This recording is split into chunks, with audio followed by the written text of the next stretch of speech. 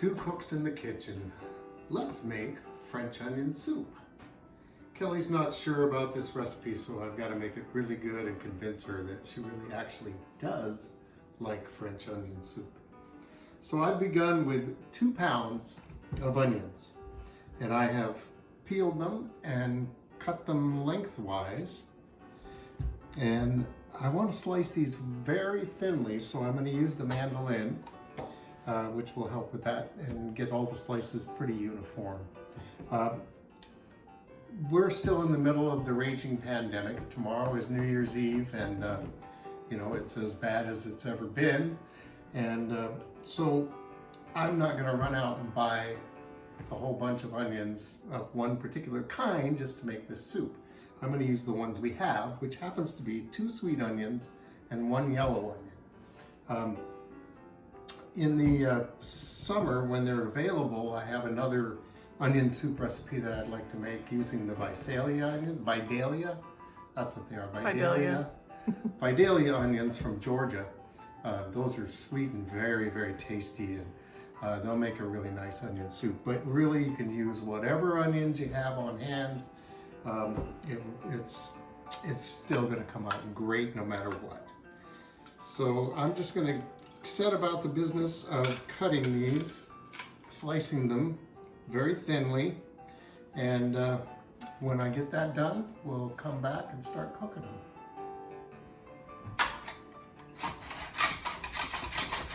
Alright, so we're about ready to start cooking this. The mandolin made short work of those onions. They're all nicely uniformly sliced. I have an entire cube of butter in my pan, melting, and this is on fairly low heat, and we're going to add the onions and 3 or so sprigs of thyme, 1 bay leaf, and a little bit less than a teaspoon of salt.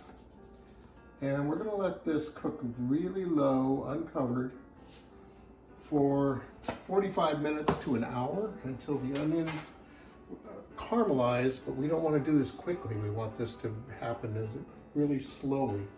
So we'll keep stirring this as it goes along, and keep an eye on it. And if your pot starts to dry out, you can add a little bit of water, but mostly there should be enough juice sweating out of these onions to keep it liquid and working. So we'll check in and see what we've got in a little while. This has been cooking for about 10 minutes. You can see what's going on here. It's looking nice and creamy in the bottom. It's cooking along slowly. Nothing burning, nothing cooking too hard. Going great. So part of French onion soup is having a piece of baguette in each bowl. Now ideally you would have 8 to 10 ounce ramekins for this, and so you plan your bread to be able to fit in the top of whatever you're serving with.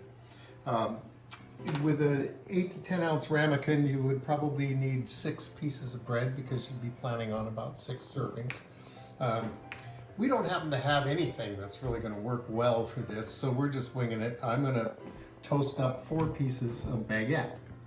And we're fortunate right now that our local bread making company has outdoor sales, so you just walk up and buy a loaf outside. You don't even have to go inside or anything. Everybody masks up, and it's all like really cool. So this is a nice baguette, and what I'm going to do is put this in a 350 degree oven for about 8 minutes on this side, 7 minutes on the second side, and it should be all dried up by then. The point of this is that when you put it on the soup, it's dry and it soaks up the soup, and it becomes this soggy soup mass under the cheese. It's going to be really, really good. So into the oven this goes. It'll be about 15 minutes for this.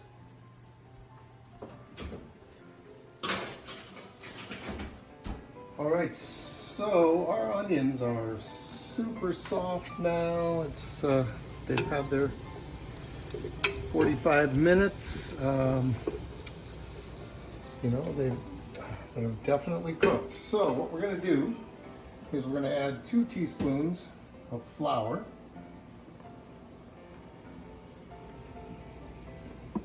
And then we're going to cook this for a minute, stirring and all. I kind of like to spread the flour out as it goes in so I don't get lumps.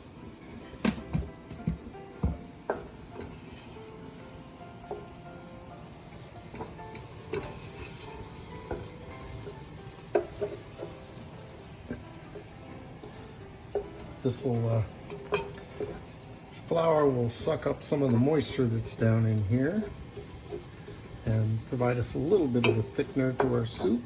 I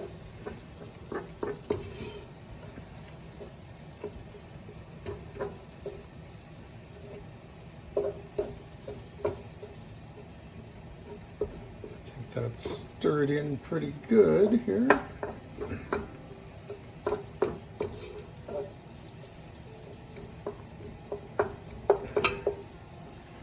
And then we're going to add to this, after it's been a minute, we'll add 3/4 of a cup of white wine.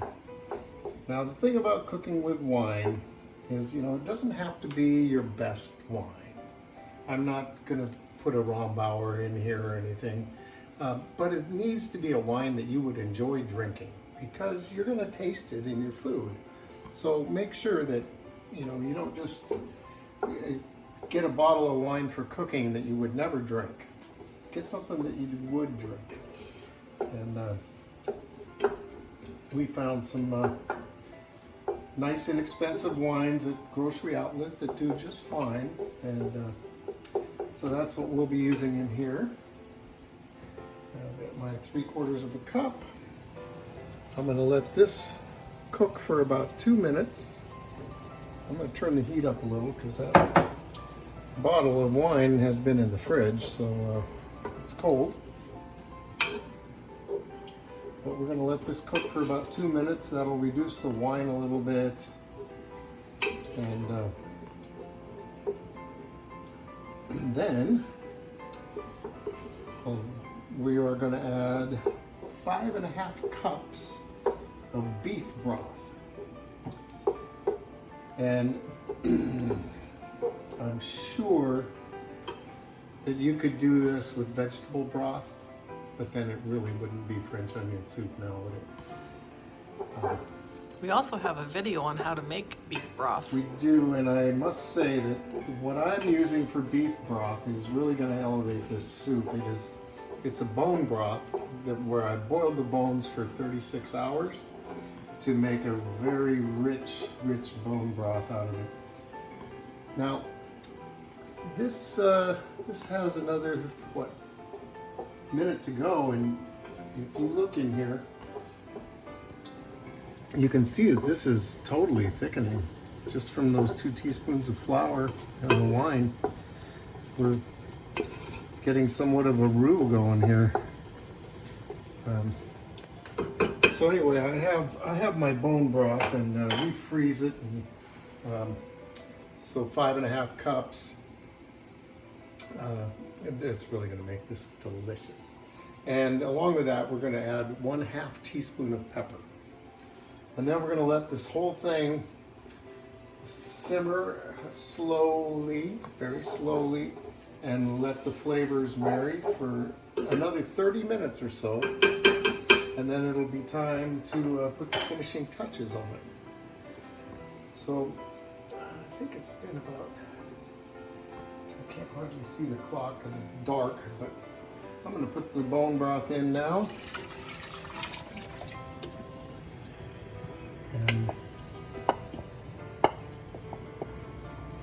there's some fat involved, which I don't want to skimp on. And I'm going to put the 1/2 teaspoon of pepper.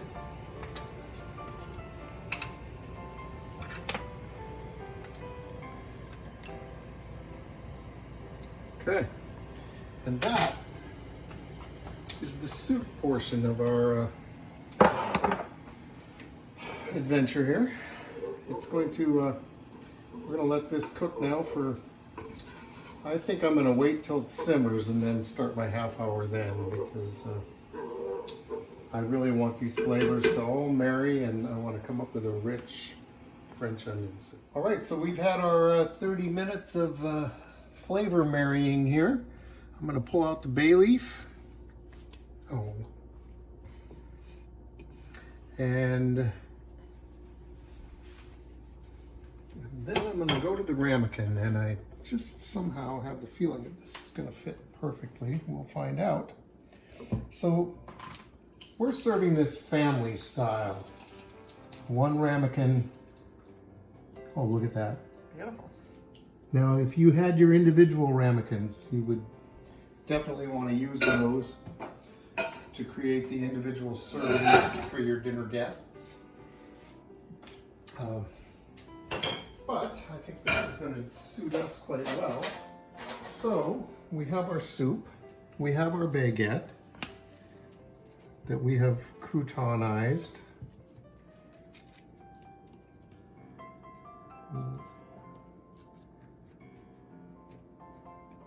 Yeah, that's going to work out. And then we have Gruyere cheese. Now I got a half a pound of Gruyere cheese, and we will see. What you really want to do is be covering the whole surface of this.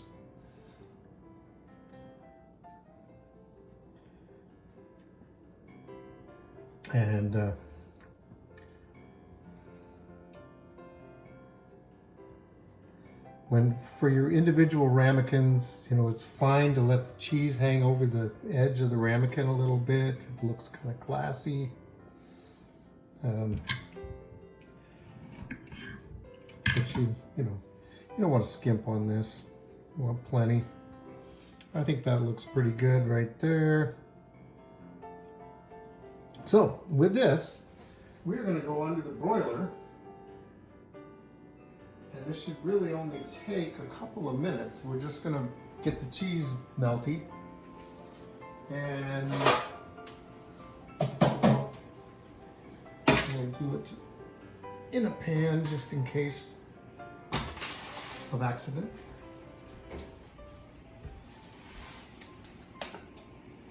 And then you see I have the oven rack up pretty high so that this will get close to the flame on the broiler. And we'll just let that go. I'm going to set the timer for 2 minutes. And we'll check it. And if the cheese isn't melty, we'll just do it some more. All right. So this was just a little bit longer than 2 minutes. But boy, it's done.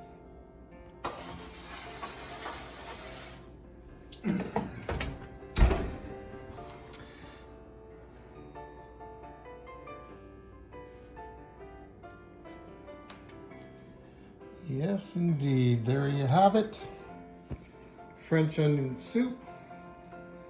And we're going to serve this up and have a taste of it. All right, so we've dished up our individual bowls here. Imagine, if you would, cutting into your personal ramekin of French onion soup. Little slice of the baguette. And